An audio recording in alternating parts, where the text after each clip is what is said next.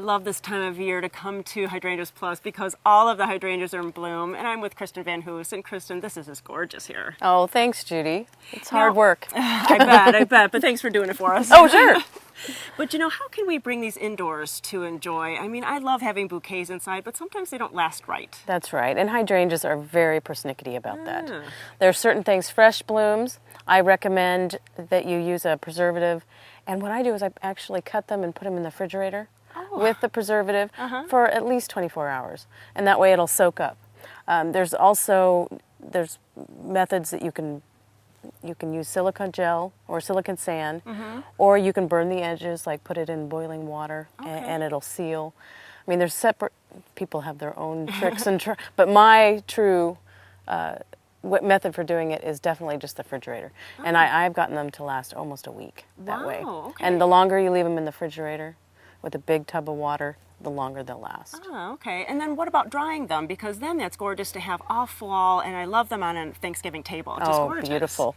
And they start to turn better colors in the fall. Okay. So if you really want one of those fancy colors with the purples and the greens, it's best to wait. Wait until we start getting cool in September, and the colors will really start to fill in. So don't take the freshest ones, because on some flowers, when you want to dry them, they say pick them at peak. So we don't want to do that. Not with hydrangeas. Oh, well, if you like the fresh color. Okay. Yes, that's fine. But if you want them to dry, the lowest effort method is that you just let them dry right on the plant. Okay. Around September-ish. This year it might be a little bit later, might be a little earlier.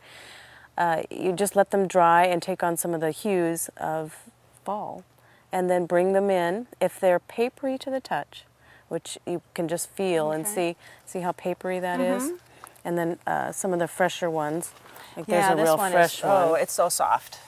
Yeah, and that one may not dry as well. Okay. But then go ahead and cut them, and you can either hang them upside down. Okay, I've done that. And somewhere dark so that the colors don't get faded.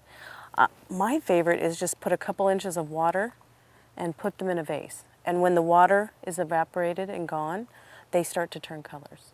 Oh, just in a vase. But try to keep it away from bright light, because any bright light will just make them fade faster and faster. All right. And then I've also done it where you kind of bury it in that silica sand that you get like at the craft store, and you can do it that way too. I've never tried that. It's a little bit more work, but I like this your two ideas because it's much easier, and we're all pressed for time. We want to make it really easy. Yes, and paniculatas, the ones behind us, they'll start turning pink about mid-September, and again, just dry right on the plant, and very little effort to bring them inside. Oh, wow.